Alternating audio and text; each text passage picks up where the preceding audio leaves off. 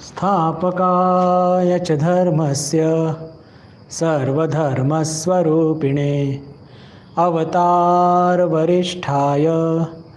रामकृष्णाय ते नमः। जननीं शारदां देवीं रामकृष्णं जगद्गुरुं पादपद्मे तयो श्रित्वा प्रणमामि मुहुर्मुहुः। नमः श्रीयतिराजाय विवेकानन्दसूरये सच्चित्सुखस्वरूपाय स्वामिने तापहारिणे वसुदेवसुतं देवं कंसचाणूरमर्दनं देवकी परमानन्दं कृष्णं वन्दे जगद्गुरुं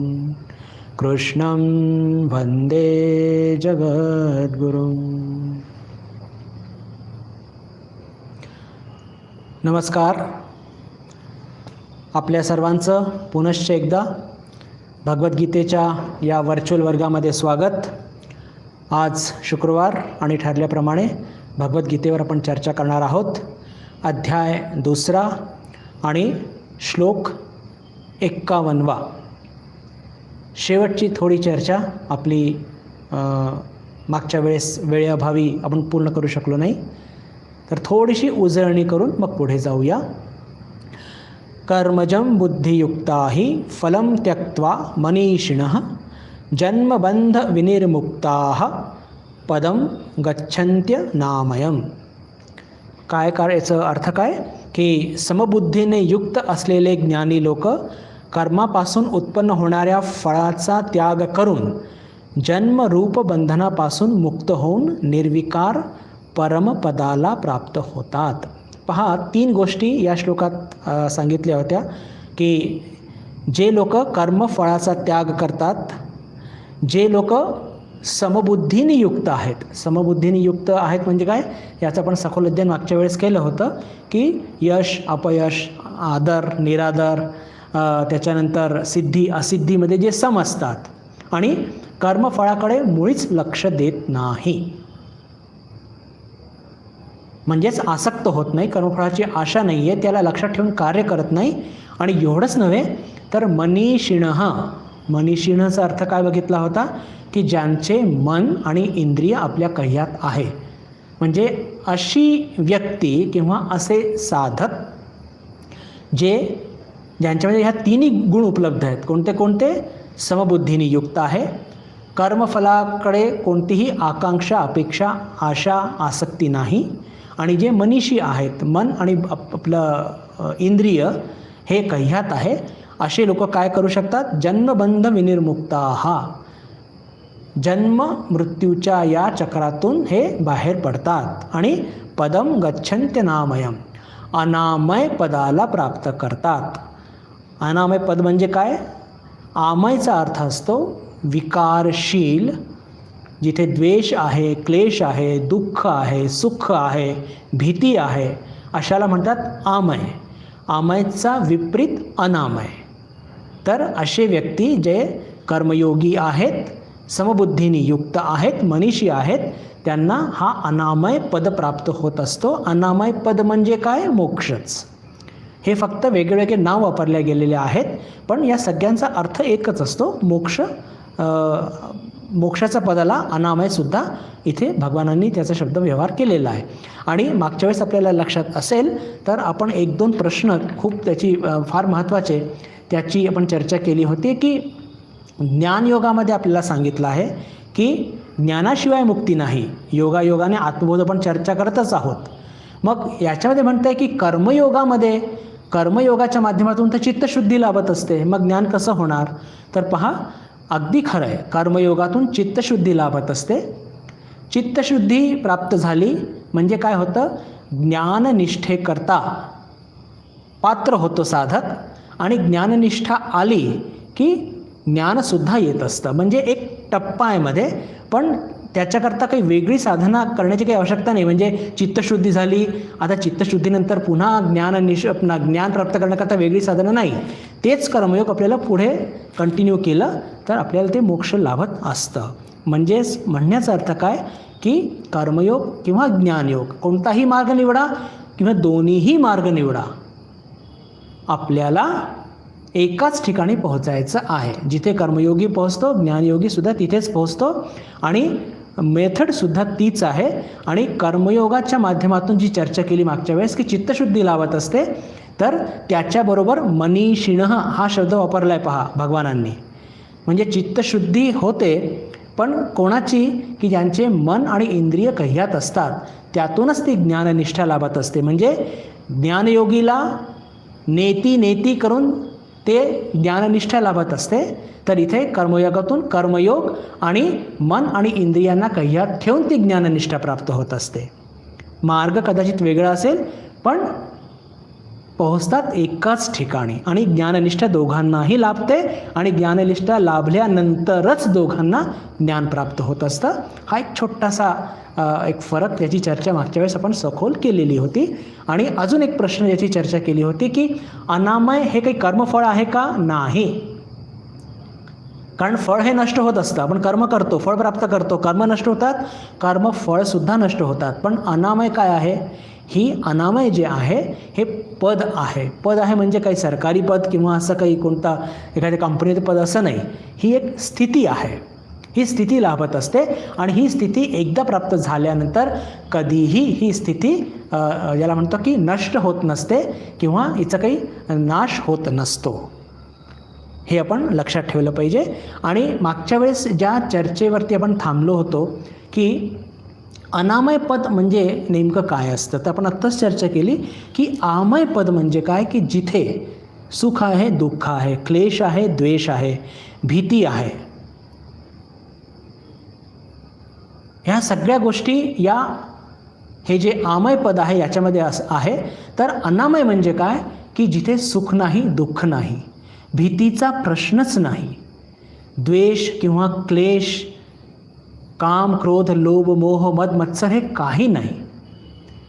तर आपण चर्चा करत होतो की जर या जीवनातले हे सगळे दुःख आपल्याला नाहीसे करायचे आहेत तर या लौकिक जगाचे सुख आपण का सोडायचे, हा एक प्रश्न मनामध्ये निर्माण होऊ शकतो साधारण लोकांच्या. साधकाला कळलं आहे की दुःख नको तर सुखसुद्धा सोडावं लागेल. पण हा प्रश्न एक साधारण लोकांच्या मनात येतो की बाबा आम्हाला सुखदुःखाच्या पलीकडे जायचं आहे, पण या जगातले सुख का सोडायचे. तर याचं उत्तर आपल्याला पातंजली मुनी देतात. कुठे? पातंजली योगसूत्रामध्ये. आणि ते काय सांगतात की जे खरे साधक असतात या संसारामध्ये प्रत्येक सुखामध्ये ते दुःख बघत असतात. प्रत्येक सुखाच्या बरोबर हे दुःखाने ते लडबडलेलं आहे. आणि हे सिद्ध करण्याकरता आपण एक सूत्र वाचलं होतं आणि ते सूत्र काय होतं? परिणाम ताप संस्कार दुःखे गुणवृत्ती विरोधात च दुःखम एव सर्वम विवेकिनः. की जे विवेकी असतात प्रत्येक सुखामध्ये दुःख बघतात, त्याचे 4 कारणं त्यांनी सांगितले आहेत. आणि ते 4 कारणांपैकी 2 कारणं मागच्या वेळेस चर्चा केली होती. थोडीशी चर्चा करून उरलेले 2 कारण ज्याची चर्चा मागच्या वेळेस झाली नव्हती ती करणार आहोत. पहिलं कारण काय? सुखाचं परिणामसुद्धा दुःख होत असतं. म्हणजे कसं की पहा, आपलं हे जे प्रापंचिक सुख असतं ज्याला घेऊन आपण इतके नाचत असतो ते व्यक्तिविशेष, स्थानविशेष, वस्तुविशेष या सगळ्यांवरती अवलंबून असतं. जेव्हा आपल्या आवडती गोष्ट, वस्तू, व्यक्ती, स्थान प्राप्त होतं आपण आनंदित होतो. पण त्याच गोष्टी आपल्याजवळ नेहमी राहत नसतात, त्यांचा वियोग होतो आणि वियोग झाला रे झाला की आपल्याला दुःख लाभत असतं. हे झालं सुखाचा परिणाम दुःख. आणि आपण बघतो बंधू भगिनींनो की लौकिक जगामध्ये खरं सुख नाही आहे. का नाही आहे? हे सगळे जे सुख आहे हे कसं आहे, हे एक फक्त सुख आपल्याला भासतं पण वास्तविक हे सुख नाही आहे. का? आत्ता आहे आणि आत्ता नाही. याच्यामुळे सुख आहे तर त्याच्यामुळे दुःख आहे. म्हणजे त्याच्यामध्ये इतक्या नाना प्रकारच्या व्हेरायटीज आहेत की कुठे ना कुठे त्या दुःखाच्या कचड्यात आपण सापडतोच. म्हणून जे पातंजली मुनी सांगतात काय, की जे विवेकी असतात त्यांच्याकरता सुखाचा परिणामसुद्धा दुःख आहे. कारण की प्रत्येक सुख हे एखाद्या वस्तूविशेष, स्थानविशेष, व्यक्तिविशेषवरती अवलंबून असतं. दुसरं, सुखाचा जो ताप नामक परिणाम आहे, सुखाचा जो ताप नामक परिणाम आहे तो दुःखदायक आहे. ताप नामक परिणाम किंवा तापदायक परिणाम म्हणजे काय, की कसं असतं की सुख भोगत असताना ते कोणी माझ्याकडनं हिसकून घेईल का, ही नेहमी भीती असते आपल्याला. प्रत्येक सुखाच्या मागे ही एक भीती असते. एवढंच नाही तर आपलं सुख जे असतं हे एकदम ज्याला म्हणतात ना की सुख भोगाच्या तारतम्यावरती डिपेंड करत असतं. तारतम्य म्हणजे काय, आपण त्या शेटजीचं उदाहरण घेतलं होतं बघा, लक्षात असेल आप सर्वांना, की एका शेटजीला खूप चांगला प्रॉफिट झाला आणि तरी तो एकदम अप्रसन्न असतो. मी तर विचारतात काय झालं, अरे तुला इतका प्रॉफिट झाला यावर्षी, कधी नव्हता झाला. तर तो काय म्हणतो, पण मागच्या वर्षी किती नुकसान झालं होतं मला. अरे तो मागच्या वर्षीची गोष्ट गेली तरी तो समाधानी नाही. तो म्हणतो त्याच्या एका दुसऱ्या मित्राला माझ्यापेक्षा चौपट त्याला प्रॉफिट झाला. म्हणजे काय की भोगाचं तारतम्य काही ठीक नसतं. आणि अजून आपण एक शंखाची गोष्ट चर्चा केली होती, ती मी आता काही रिपीट करत नाही. म्हणण्याचा अर्थ काय की मनामध्ये हे द्वेष नेहमी आपल्या असतात. म्हणजे काय की आपलं सुख हे इतरांवरती डिपेंड असतं. त्याला जास्त मिळालं तो दुःखी का नाही आहे, त्याच्यावरती माझं सुख डिपेंड करतं.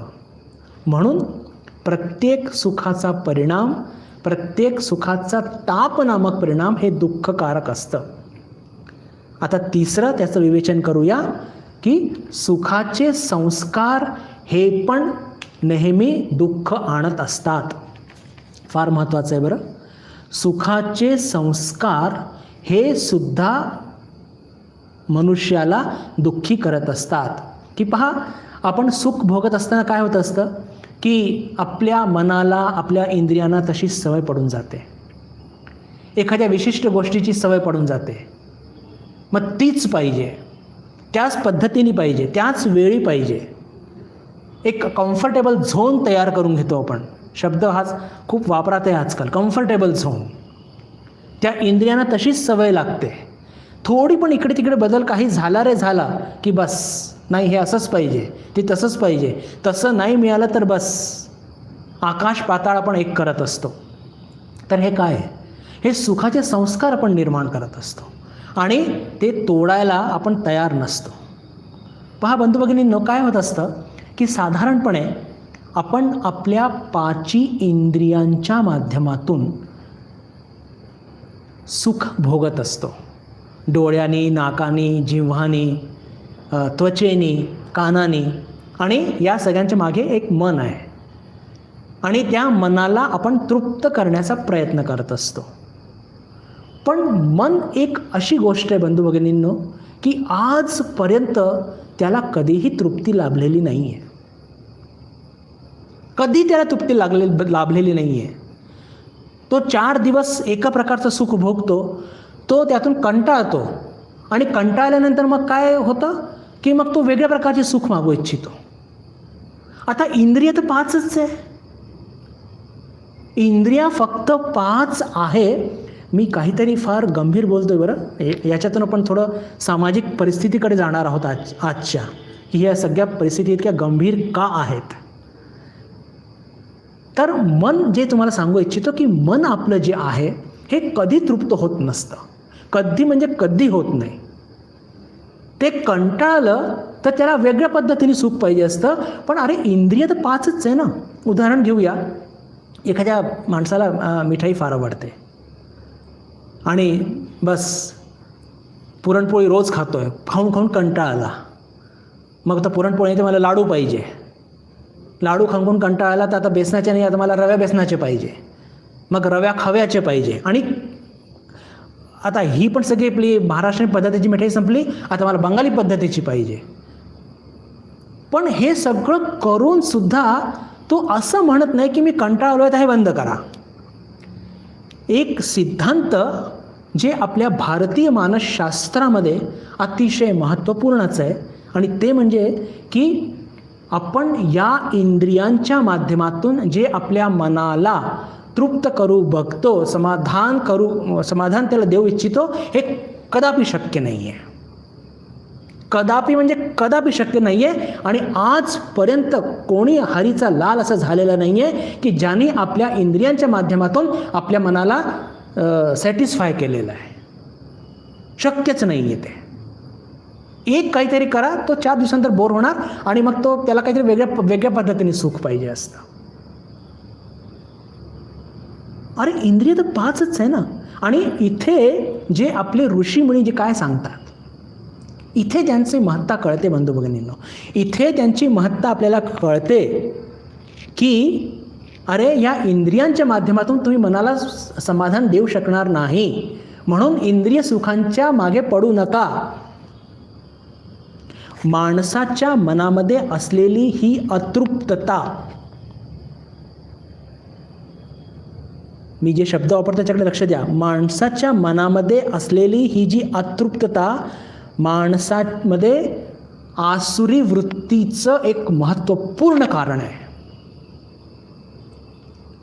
जोपर्यंत माणसाला हे कळत नाही की इंद्रियांच्या माध्यमातून मी आपल्या मनाला शांत करू ठेवू शकत नाही, समाधान देऊ शकत नाही, आणि इंद्रिय सुख सोडून त्या मनाला आतमध्ये जर मी वळवलं तरच खऱ्या अर्थाने मला शांती आणि समाधान लाभेल. पण होतं काय, त्या इंद्रियांना ईश्वराने असं बनवलेलं आहे की ते सारखं बाहेरच बघत असतात. इंद्रियांना ईश्वराने असं कमकुवत बनवलेलं आहे. कठोपनिषदमध्ये एक फार सुंदर मंत्र आहे, पुढे मी सांगेन. त्याचा अर्थच असा आहे की आपल्या इंद्रियांना, इंद्रिय आणि मनाची भयंकर सांगड आहे बरं, हे लक्षात ठेवा. आणि या इंद्रिया आतमध्ये बघू शकत नाही. ते जसं घोडे हे नेहमी समोरच धावत असतात, तशा या इंद्रिया 5ही दिशेला धावत असतात आणि विषय आणून आणून त्या मनाला एक्साईट करून करून त्याला ते शांत करण्याचा प्रयत्न करतात. पण जितके ते इंद्रिय प्रयत्न करतात तितकं ते मन शांत होण्याच्या ऐवजी एक्साईटच होत असतात. पण पुन्हा पुन्हा सांगतो की मन हे कधीही तृप्त होत नसतं इंद्रिय सुखांनी. कानाच्या सुखांनी म्हणा, नाकाच्या, जिव्हेच्या, त्वचेच्या, काही तुम्ही घ्या, नाही मिळणार.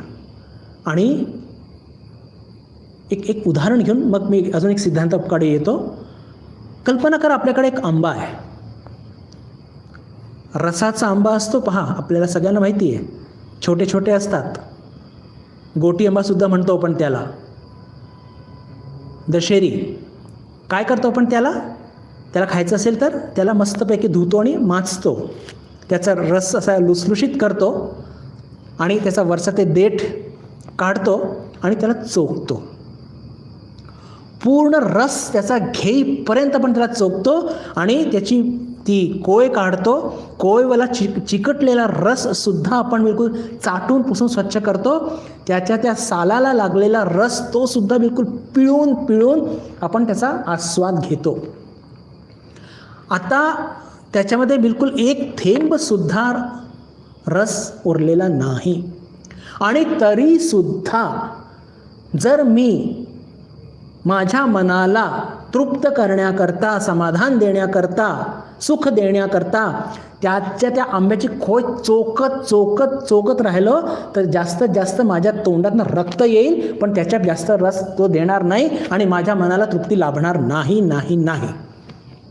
आणि वर्तमान समाजामध्ये बंधू भगिनींनो, जे काही कुत्सित, विभत्स, अतिशय म्हणजे लाजिरवाणे शब्दसुद्धा त्याच्याकरता कमी आहे असे जे प्रयोग सुरू आहेत, त्याचं कारण काय की या मानवी असुरांना हे लक्षात येत नाही आहे की इंद्रिय कधीच मनाला शांत करू शकत नाही. आणि म्हणून ते काय होतं की इंद्रिय जेव्हा मनाला सुख देऊ शकत नाही तर मग ते काय करतात की म्हणजे एकदम पाशविक स्तरावरती जातात. मग काय करतात, ते समोरच्याला दुःख देतात, टॉर्चर करतात, त्यातून ते रस घेऊ इच्छित असतात. असं जनावरसुद्धा वागत नाही. मी शब्दांकडे लक्ष द्या.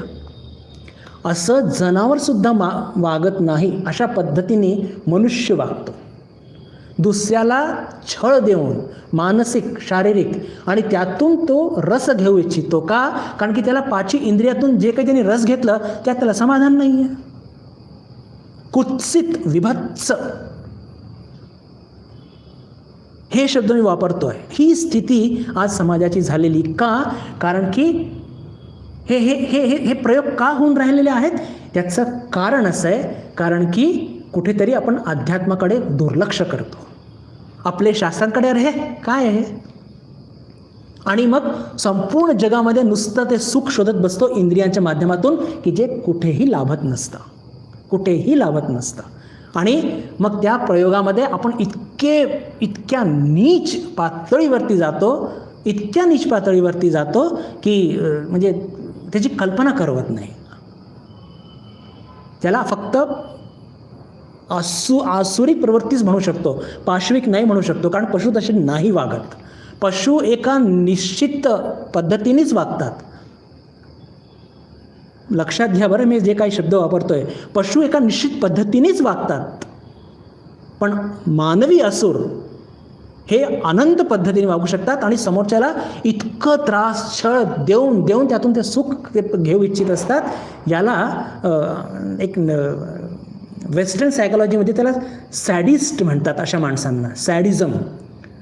पण याच्यातला सगळ्यात जो म्हणजे सॅड पार्ट हा आहे की पश्चिमच्या मनोविज्ञानी सॅडिझम काढलं, पण त्याचा उपाय त्याला सुचला नाही आहे. किती दुर्दैवी गोष्ट आहे. फ्रॉइडची गोष्ट तुम्हाला मी सांगू इच्छितो. पहा, हे मानसशास्त्र निघालं आहे म्हणून एक थोडंसं मी विषयांतर करतो, क्षमा मागून. फ्रॉइड म्हणतात की तुमच्या मनामध्ये, म्हणजे वेस्टर्न सायकोलॉजीचे जनक, की तुमच्या मनामध्ये जे काहीही भावना आहेत त्यांना व्यक्त करा. आणि व्यक्त करा म्हणजे तुमचे ते मनोरोग, काही ज्या ग्रंथी निर्माण झालेल्या आहेत त्या दूर होतील. तर सध्या जे या समाजामध्ये ही जी परिस्थिती आहे, तर काय करून राहिले लोक? आपल्या सगळ्या वृत्ती तर बाहेर टाकून राहिलेत. त्यातून कोणतं समाजाचा सुधार झालेला आहे? पण हेच 7,000 वर्ष जेव्हा पातंजली मुनी आमचे म्हणतात की अरे या इंद्रियांच्या माध्यमातून तुम्ही मनाला समाधान देऊ शकणार नाही, त्या इंद्रिय सुखांच्या मागे पडू नका, त्या इंद्रियांना आवरा. कारण मुळातच त्या बाहेर चाललेल्या आहेत, त्यांचा स्वभावच आहे आणि त्यांच्यामध्ये आत वळण्याची ताकद नाही आहे. तर इंद्रिय सुखांकडे न बघता, त्यांच्याकडे लक्ष न देता तुम्ही मनाला आतमध्ये वळवा. वंडरफुल. इंद्रियांना आपण आतमध्ये घेऊ शकत नाही कारण की त्या कमकुवत आहेत. त्या कमकुवत आहेत, त्यांना आपण आतमध्ये वळू शकत नाही. या डोळ्यांनी आतमध्ये बघू शकत नाही. पण मनामध्ये ती ताकद आहे की या इंद्रियांपासून त्याला डिटॅच करून, विभक्त करून, आणि त्या मनाला जर आतमध्ये आपण फिरवलं तर त्याच मनाच्या माध्यमातून ते आपल्याला आत्मतत्वाचा साक्षात्कार होईल आणि त्यातूनच आपल्याला हवं असलेला आनंद मिळेल. अरे या फ्रॉइडनी या जगामध्ये इतकं म्हणजे इतकं ज्याला म्हणतो की काय म्हणजे दुःख माजवलेलं आहे. पण दुःखाचा विषय की आपल्याकडे इतके ग्रेट सायकोलॉजिस्ट असताना भगवान श्रीकृष्ण, पातंजली मुनी, श्रीरामकृष्ण, होली मदर शारदा देवी, त्यांच्याकडे लक्ष देत नाही आपण. कारण की ते त्याग करायला सांगतात ना. आपल्याचकडे पहा, ययाती होते आणि ययातीने ही चूक केली. पण म्हणजे पहा, भारतीय म्हणजे हे सगळे शास्त्र केवढे महान होते. ययातीने ती चूक केली. आपल्या म्हणजे त्यांनी जी आयुष्यभर भोग भोगले आणि भोग भोगल्यानंतर त्यांना समाधान नाही प्राप्त झालं, तर त्यांनी आपल्या मुलाचं यौवन प्राप्त करून एक जीवन अजून त्यांनी भोग भोगलं. पण त्याच्या लक्षात आलं की अरे मी चुकीच्या मार्गावरती गेलो होतो. आणि हा असा एकच कॅरेक्टर आहे पूर्ण भारतीय आपल्या अध्यात्मशास्त्राच्या किंवा भारतीय इतिहासामध्ये, वन अँड ऑनली वन असा हा एक एक्झाम्पल आहे. आणि त्याला चूक लक्षात आल्याबरोबर पहा, this is the greatness of Yayati. त्यांच्या लक्षात आलं की या पद्धतीने मी समाधान प्राप्त करू शकत नाही आणि म्हणूनच त्यांनी लागलीच म्हणतं, न जातु कामः कामानाम उपभोगेन शाम्यती हविषा कृष्ण वर्तमैव भूय एवाभिवर्धते, की अरे या इंद्रियांच्या माध्यमातून मी मनाला शांत करण्याचा प्रयत्न केला, सगळ्या पाची इंद्रियांनी भोग घेतलं तर त्यांनी मन समाधानी शांत होणार नाही, अजून ते पेटून उठेल. कसं की जसं अग्नीमध्ये तूप टाकल्याने ती अग्नी शांत होत नसते, ती अजून भडकते. आणि म्हणूनच जर आपल्याला शांती पाहिजे, समाधान पाहिजे, चिरशांती पाहिजे, परम आनंद पाहिजे, तर ते कुठे आहे? ते इंद्रियांच्या सुखभोगात नाही, ते त्यागात आहे. न कर्मणा प्रजया धनेन त्यागे नैके अमृतत्व मानशुः. न कर्मणा प्रजया धनेन. शांती पाहिजे ना, ते खूप कर्म करून नाही होणार आहे. कर्म म्हणजे काहीतरी जागतिक कर्म करून अर्थ मिळवणे. न कर्मणा प्रजया म्हणजेच संतान संतती झाली आणि मला शांती लाभली असं पण होत नाही. न कर्मणा प्रजया धनेन, मी खूप धन प्राप्त केलं आणि त्यांनी मला शांती लाभेल असं कधी होत नाही. मग कसं? त्यागे नैके अमृतत्व मानशुः.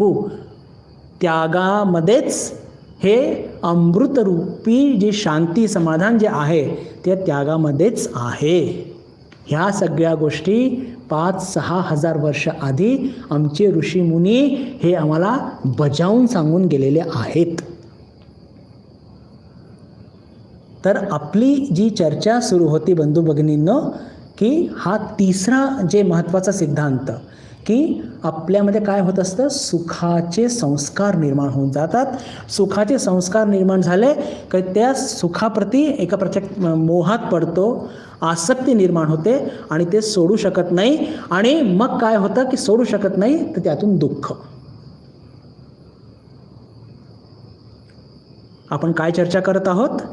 की जे विवेकी लोक असतात ते या लौकिक जगामध्ये प्रत्येक सुखामध्ये दुःखच बघतात. पहिलं कारण बघितलं, सुखाचा परिणाम दुःख, सुखाचा ताप रूपक परिणाम तो पण दुःखदायक. तिसरं बघितलं की सुखाचे संस्कार निर्माण झाले तर ते सुद्धा दुःखदायक. आणि आता तिसरं बघूया की गुणवृत्तीमध्ये विरोध असल्याने. आता ही काय भानगड आहे? म्हणजे गुणवृत्तीमध्ये विरोध असल्याने सुद्धा विवेकी या प्रकृतीमध्ये या सगळ्या संसारामध्ये दुःखच बघत असतो. पहा, आपण सर्वजण आपल्या 3 प्रकारचे गुण आपल्या सर्वांमध्ये उपलब्ध आहेत. सत्व, रजस आणि तमस. कारण की आपण प्रकृतीच्या अधीन आहोत. प्रकृती जेव्हा आपण या तिन्ही गुणांच्या पलीकडे जाऊ तेव्हा आपल्याला मोक्ष लाभणार आहे. पण आज आपली स्थिती काय आहे की आपण या तिन्ही गुणांच्या अधीन आहोत. आणि हे तिन्ही गुण आपल्यामध्ये ॲट ए टाईम एकाच वेळी खेळत असतात. आणि हे तिन्ही गुण कसे आहेत? एकमेकांचे विरोधी आहेत. यांचे सतत भांडणं सुरू असतात. आणि त्याच्यामुळे काय होत असतं? मग आपण दुःख आपल्याला होत असतो. कसं? उदाहरण घेऊन समजण्याचा प्रयत्न करूया.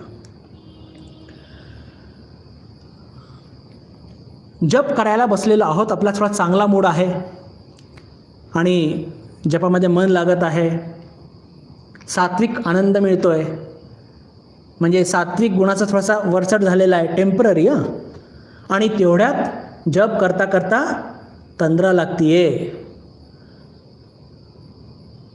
डोक्यावरती एक झोपेचा पगडा निर्माण होतोय. म्हणजे काय की त्या सत्वगुणाला तो तमोगुण दाबतोय. आपण प्रयत्न करतोय जागे राहण्याचा, पण राहू शकत नाही आहे. म्हणजे काय? आपल्यामध्ये असलेले तिन्ही गुणपैकी एक गुण दुसऱ्या गुणाला दाबतोय. आणि दाबतोय मग काय होत आहे की मग मनामध्ये दुःख निर्माण होतं की मला जप करायचं आहे पण मला झोप येते आहे. आणि कधी कधी तर इतकं ते तीव्र असतं आपण झोपून जातो. त्यातून काय निर्माण होतं? दुःखच निर्माण होतं. किंवा अजून एक उदाहरण घेऊया की आपण चांगलं काहीतरी जप करायला किंवा भजन ऐकत बसलेलो आहोत, पुस्तक वाचत बसलेलो आहोत, वचनामृत, पण तेवढ्यात काहीतरी आपले कर्तव्य उभे राहतात आणि ते आपल्याला प्रवृत्ती करण्याकरता बाध्य करतात. कुठेतरी मनामध्ये कस एक येतेच,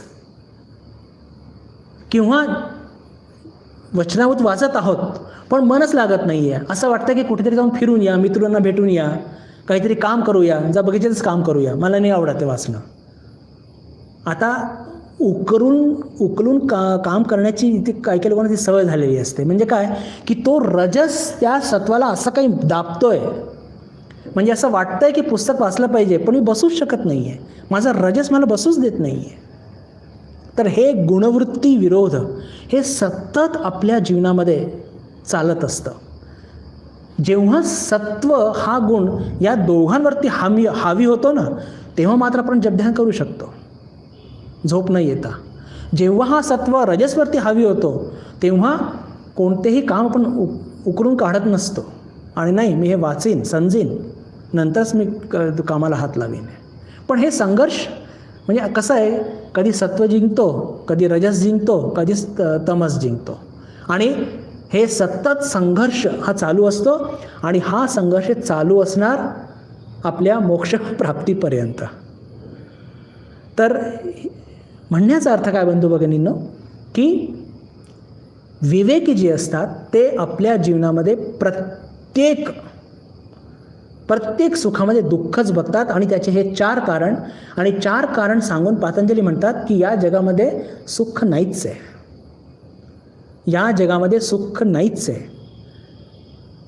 का नाही आहे? कारण की सुखाचं जे परिणाम ते दुःख, सुखाचे संस्कार जे निर्माण होतात ते दुःख क्रिएट करतात. त्याच्यानंतर सुखाचं तापरूपक परिणाम जो असतो तो दुःख देत असतो. आणि गुणवृत्ती विरोध जे आपल्या स्वभावामध्ये आहे, कारण आपण मायेमध्ये आहोत, त्याच्यामुळे सुद्धा आपण दुःख भोगत असतो. या 4 कारणामध्ये आपलं प्रत्येक सुख कुठे ना कुठे बसतं, आणि आपल्याला लक्षात येतं की अरे आपण इथे दुःखी आहोत, आपण इथे दुःखी आहोत.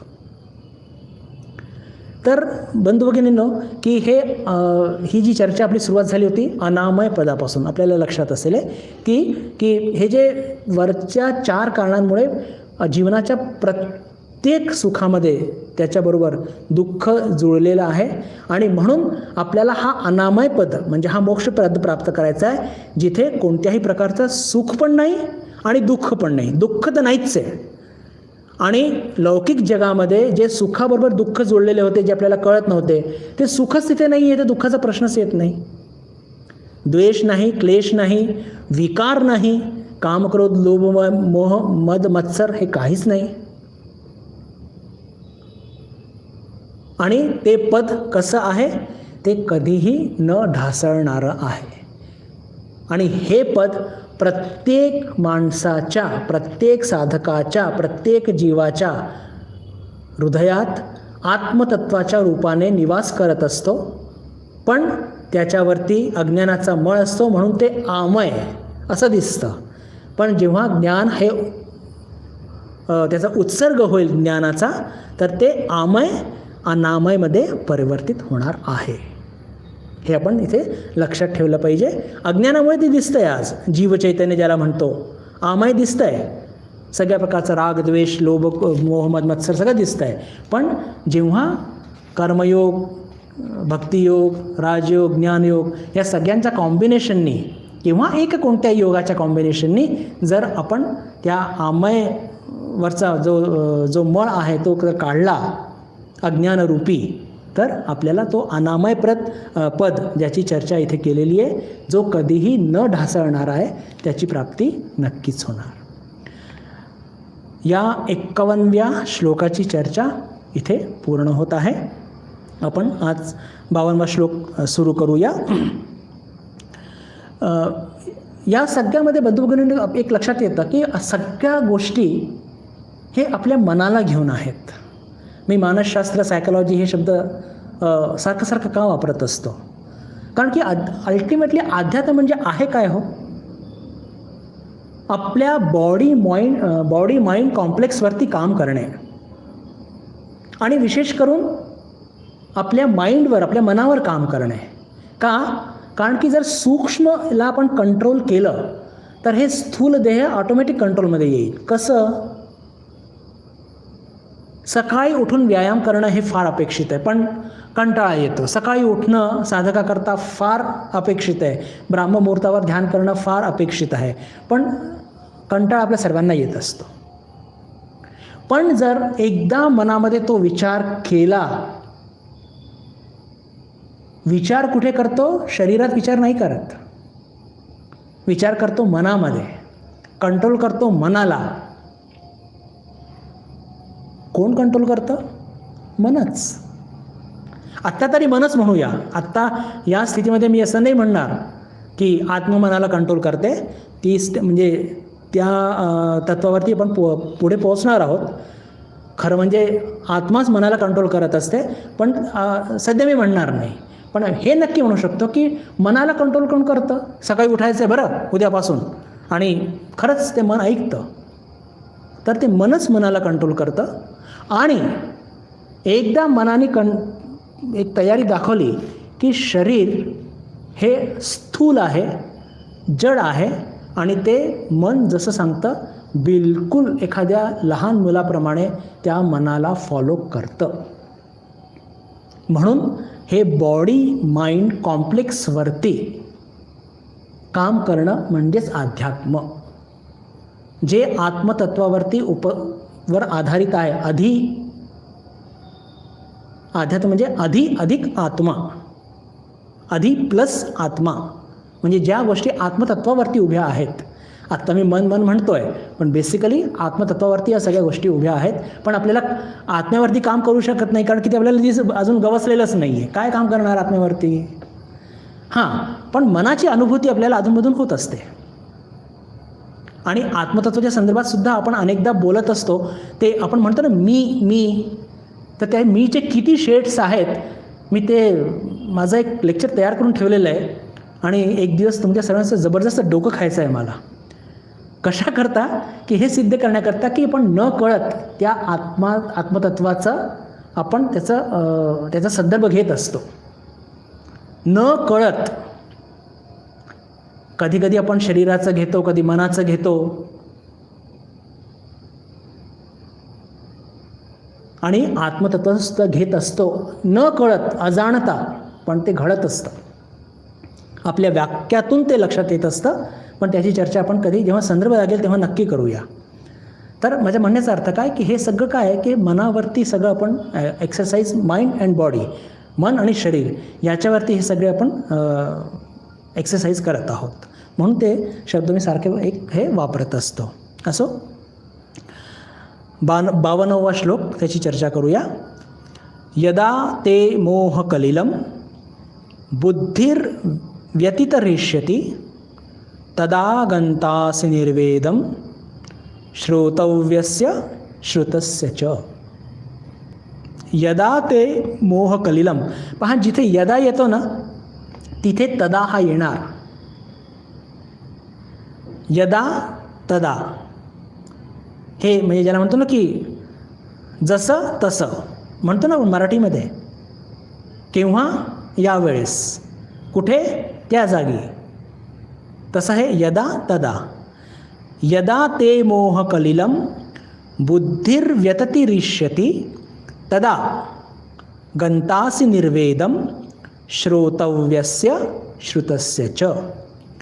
जेव्हा तुझी बुद्धी, तुझी म्हणजे अर्जुनाची, म्हणजे अर्जुनाला पुढे त्यांनी ठेवलं आहे, पण सांगतात ते भगवान आपल्या सर्वांना.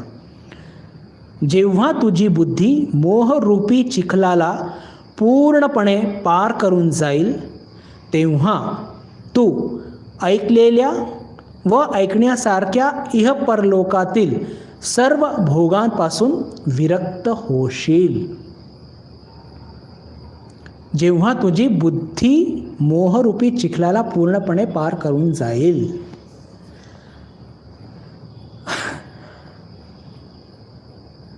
मागच्या श्लोकामध्ये भगवानांनी अर्जुनाला अनामय पदाच्या संदर्भात सांगितलं. आणि अनामय पद काय असतं की जिथे कोणताही विकार नाही, क्लेश नाही, भय नाही, द्वेष नाही, सुखदुःखाच्या पलीकडे आहे. हे ऐकून अर्जुनाला फार बरं वाटलं, आणि त्याला असं वाटलं की अरे का नाही हे पद प्राप्त करावं, चांगलीच गोष्ट आहे. पण हे पद प्राप्त करणं इतकं सोपं आहे का? सोपं म्हणजे मनात विचार आला आणि काही तासातच प्राप्त केलं नाही.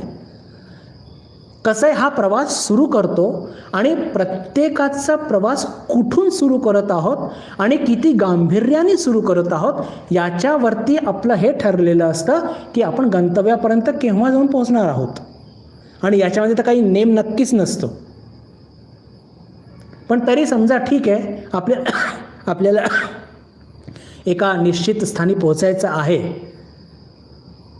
तर आपण काय म्हणू शकतो की भाई आपण कुठून सुरुवात करत आहोत. आपल्याला मुंबईला पोहोचायचं आहे, आपण सुरुवात पुण्याहून करत आहोत की कोल्हापूरहून करत आहोत. आपले साधन काय आहे? आपल्याकडे कार आहे एक चांगली, बिलकुल हाय स्पीड कार आहे काहीतरी, की किंवा आपल्याकडे एखादं साधारणच वाहन आहे. या सगळ्या गोष्टीवरती डिपेंड करते की मुंबईला आपण केव्हा जाऊन पोहोचणार आहोत. तसंच अर्जुनाच्या मनात जो विचार येतो तो विचार योग्यच आहे, तो विचार आपल्या सर्वांचा पण आहे. पण हा असा काही बिलकुल ज्याला म्हणतो की हे असं 2 मिनिटात काही झालं किंवा 2 दिवसात काही झालं, हा असला भाग नाही आहे. प्रवास आपण कोणत्या स्थितीतून सुरू करत आहोत आणि किती गांभीर्याने त्या गोष्टींना आचरणात आणत आहोत याच्यावरती आपलं हे अनामय पदाची प्राप्ती याच्यावरती हे आधारित असते. हे आपल्या सगळ्यांना माहितीच आहे. अच्छा, ठीक आहे.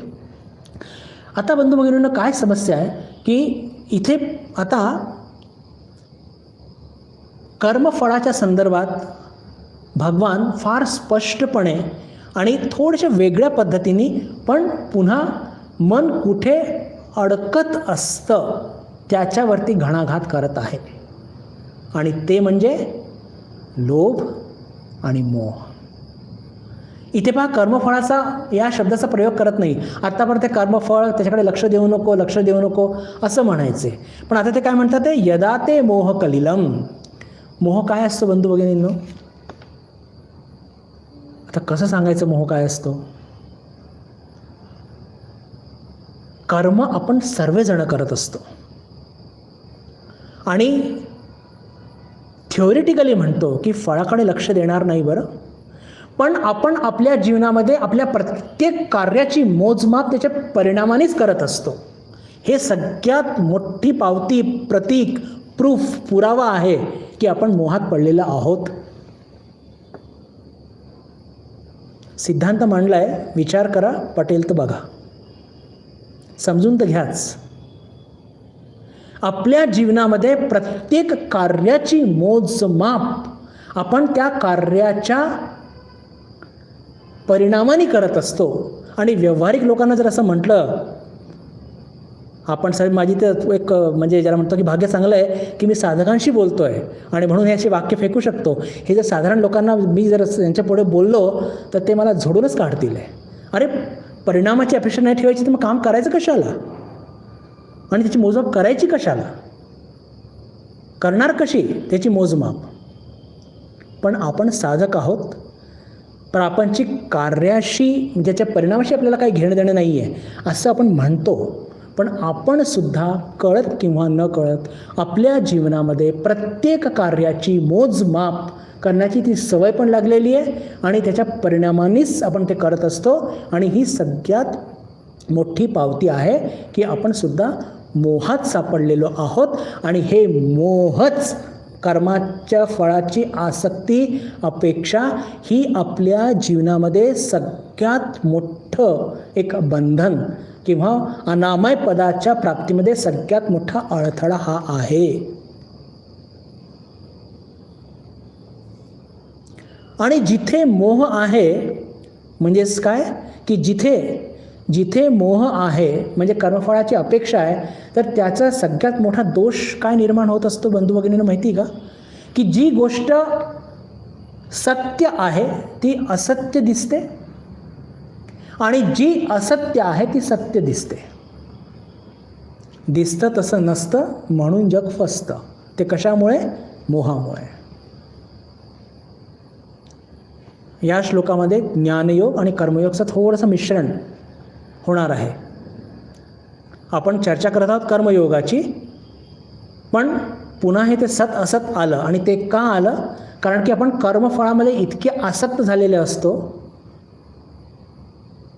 मोहामध्ये आपण जकडलेले असतो आणि त्याच्यामुळे काय होत असतं की जे सत्य आहे आत्मतत्व ते आपल्याला असत्य वाटतं किंवा म्हणतोच अरे आत्मा आहे कुठे, आणि जे असत्य आहे हे शरीर याला आपण सत्य समजून तसंच जीवन जगतो.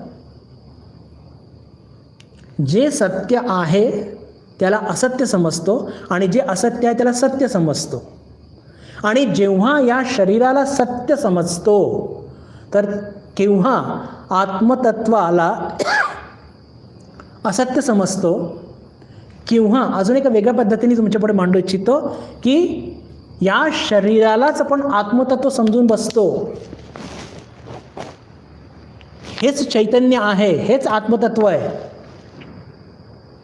हे जेव्हा आपण समजून बसतो तर त्यातून काय होतं, एक अहम बोध निर्माण होतो. हेच आत्मा आहे.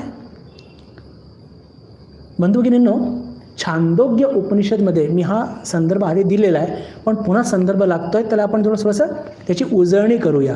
छांदोग्य उपनिषदच्या 6व्या अध्यायामध्ये एक फार सुंदर कथानक येते. ते थोडक्यात सांगतो की प्रजापती हे गुरु ब्रह्मज्ञ महापुरुष आणि यांच्याकडे असुरराज आणि देवांचे राजा म्हणजे इंद्र हे दोघंही जातात ब्रह्मविद्या प्राप्त करायला. आणि मग ठरल्याप्रमाणे ते काही 12 वर्ष त्यांना ब्रह्मचर्याचं पालन करून आश्रमामध्ये सेवा करा, वर्ग अटेंड करा आणि चिंतन मनन करा. आणि 12 वर्षानंतर जेव्हा ते त्यांना म्हणतात की 12 वर्षानंतर तुम्ही या माझ्याकडे, प्रजापती त्यांना सांगतो. तर जेव्हा दोघंही ते जातात त्यांच्याकडे की तुम्ही सांगितलं होतं की 12 वर्षांनंतर या, आम्ही ब्रह्मचर्याचं पालन केलं, आम्ही सेवा केली मठामध्ये, चिंतन मनन भजन ध्यान केलं, आता सांगा मला उपदेश द्या ब्रह्मतत्वाबद्दल. तर त्यांनी म्हटलं प्रजापतींनी की पहा, तुम्ही दोघंजण चांगले चांगले कपडे घालून या, आभूषण घालून माझ्याकडे या. ते दोघंही आले आणि दोघंही आल्यानंतर म्हणजे असुर राजा आणि इंद्र, तर प्रजापतींनी म्हटलं की पहिला धाडा तुम्हाला देतो की तुम्ही एकमेकांच्या डोळ्यामध्ये बघा. त्यांनी एकमेकांच्या डोळ्यात बघितलं आणि त्यांनी विचारलं की तुम्ही काय बघत आहात. तर त्यांनी म्हटलं की असुरने म्हटलं मी इंद्राला बघतोय. इंद्र म्हणतो मी असुराला बघतोय. बस तुम्ही जे बघत आहात तेच आत्मतत्व आहे. आता हे सांगितल्यानंतर तो जो असुर होता तो आनंदाने नाचत नाचत निघून गेला की हे शरीर म्हणजेच ब्रह्म आहे. पण इंद्र हुशार होता, त्यांनी विवेकबुद्धी वापरली. त्यांनी म्हटलं की अरे त्या समोरच्याच्या डोळ्यामध्ये मला माझी प्रतिमा दिसली, पण हे शरीर तर विनाश होणार आहे, आत्मतत्व तर विनाश होणारं नसतं, म्हणजे हे शरीर आत्मा नाही. त्यांना अजून काही सांगायचं आहे. म्हणून तो इंद्र पुन्हा जातो आणि असं ती घटना फार लांब आहे आणि असं तो जवळपास 108 वर्ष त्यांच्या आश्रममध्ये राहून ब्रह्मचर्याचं पालन करून आणि साधना करून त्या ब्रह्मतत्वाला तो प्राप्त करतो. पण पहिल्याच झटक्यामध्ये तो जो असुर होता तो हे शरीरच म्हणजे आत्मतत्व आहे असं समजून तिकडून तो निघून जात असतो आणि जन्ममृत्यूच्या चक्रात सापडत असतो. ही घटना तुम्हाला मी का सांगितली, थोडंसं बाहेर जाऊन, की आपली स्थितीसुद्धा त्या असुरासारखी आहे. आपण सुद्धा चिंतन करत आहोत. निराश होऊ नका बरं. असुर विसुर म्हटलं आणि तुम्ही नाही ते रागून पण जाऊ नका की अरे काय महाराजांनी मला असुर म्हटलं. असुर कोणत्या अर्थाने की आपला अजून बोध आलेला नाही आहे, आपण साधक आहोत या दृष्टीने म्हटलं. तर आपल्याला अजून हा शरीरबोध इतका जास्त आहे की या शरीरालाच आपण आत्मतत्व समजतो आणि त्यांनी काय होत असतं की आपल्यामध्ये एक अहमबोध निर्माण होत असतो. अहमबोध निर्माण झाला की त्याच्याबरोबर एक ममबोध हा आपल्याला घ्यावाच लागतो. आता हे अहम आणि मम काय याची थोडीशी चर्चा करूया आणि फार इंटरेस्टिंग आहे आणि फार महत्त्वाचं आहे. जिथे मी हा बोध आला की तिथे दुसरा बोध न कळत येतो माझं. मी बुद्धानंद आणि हा मोबाईल माझा. म्हणजे काय, की जेव्हा शरीराला आपण सत्य समजतो की जे असत्य आहे, शब्दांकडे लक्ष द्या बरं, जेव्हा आपण शरीराला सत्य समजतो जे असत्य आहे, तर त्या शरीराच्या संदर्भातून ज्या ज्या गोष्टीचा माझा संबंध असतो त्या माझ्या होतात, मी पण माझा होतो. वास्तविक काय आहे? हे शरीर काय आहे? हे असत्य आहे. याच्या अनुषंगाने सगळे संदर्भ, सगळे संबंध हे सगळे खोटे आहेत. पण आता याला सत्य मानतो आपण जे असत्य आहे. अरे जे आत्मतत्व सत्य आहे त्याला असत्य समजून बसलेलो आहोत, किंवा या शरीरालाच आपण सत्य समजून बसलेलो आहोत. शरीरालाच सत्य किंवा आत्मा समजून बसलेलो आहोत, आणि मी आणि या शरीराच्या संदर्भात असणाऱ्या इतर गोष्टी त्या काय? माझ्या, माझे आई वडील, माझा भाऊ, माझी मुलं, माझा पेन, माझा चुलत मामे भाऊ. म्हणजे जिथे मी आलं तिथे माझं आलं, जिथे अहम आला तिथे मम हा आला रे आला. तुम्ही याला अवॉइड नाही करू शकत, कोणत्याही किमतीवरती याला अवॉइड करू शकत नाही. यालाच म्हणतात मोह. म्हणजेच काय की जेव्हा साधक किंवा सामान्य मनुष्य कर्मफळाकडे लक्ष ठेवून काम करतो तो मोहात पडतो. मोह म्हणजे काय? सत्याला असत्य समजणं, असत्याला सत्य समजणं, म्हणजेच असत्य रूपी या शरीराला सत्य समजणं, आणि या असत्य शरीराला च्या संबंधातून असलेल्या सगळ्या गोष्टी माझ्या. का? कारण की हे शरीर हे मी सत्य आहे. जेव्हा मी म्हणतोय तेव्हा पहा, आपण जेव्हा मी म्हणतो ना, तर आपले दोन संदर्भ असतात. का तर मी म्हणजे शरीर किंवा मी म्हणजे माझं मन. लक्षात ठेवा बरं, हे दोन गोष्टी तर साध्या आहे, आणि हे मान्य करण्यात काहीही मला वाटतं काही आपल्याला फार डोकं दुखणार नाही आपलं. जेव्हा मी म्हणतो तर मीशी काय संदर्भ असतो आपला? मीशी संदर्भ असतो आपला का तर शरीर. आणि कधी कधी माझं मन दुखावल्या गेलं, मी मनातून खचून गेलो. पहा काय शब्द वापरतो आपण, मी मनातून खचून गेलो. तर मी मनातून खचून गेलो हा शब्द वापरत असताना, हे वाक्य वापरत असताना मीचा संदर्भ मनाशी असतो. मी थकलो आज, मी आता काही काम करणार नाही. त्यावेळेस मी कोणता असतो? हो, शरीर. बरोबर ना? तर पहा, हे मी आपला कसं खेळत असतं. आणि वेदांत आपल्याला सांगतं की हे शरीररूपी मी पण खोटा आणि हा मनरूपी मी पण खोटा, कारण की यांचं अस्तित्व नाहीच आहे. पण त्याला आपण सत्य समजून बसलेलो आहोत मोहापोटी. आणि जेव्हा हे सत्य म्हणजे शरीर जर सत्य, तर याच्या संबंधित असलेले सर्व संबंध ते सुद्धा खरे. माझा भाऊ, माझी मुलं, माझी बायको, माझे आईवडील, माझी बहीण, माझे जावई, हे पण तितके सत्य होऊन जातात. आणि मग पहा, आपल्या कर्तव्याच्या परिभाषा किती तोकड्या ठरतात पहा. उदाहरण घेऊन समजायचा प्रयत्न करूया. अजून 1-2 मिनटं घेतो, वेळ झालेली आहे, फक्त 2 मिनिटात पूर्ण करू, संदर्भ आहे म्हणून. आपल्या आईवडिलांची सेवा करणं हे प्रत्येक मुलाचं कर्तव्य आहे, आणि केलीच पाहिजे ती.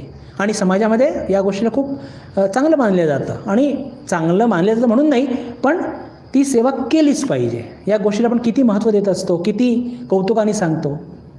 पण ते आईवडील आहेत हे कशाच्या संदर्भाने? या शरीराच्या संदर्भाने. तर हे शरीर जर खोटं आहे, तर याच्या संदर्भाने असलेले आईवडील सुद्धा खोटे आहेत, आणि याच संदर्भामध्ये ते कर्तव्य सुद्धा खोटं आहे. पहा, आपण आध्यात्मिक स्तरावरनं चर्चा करत आहोत.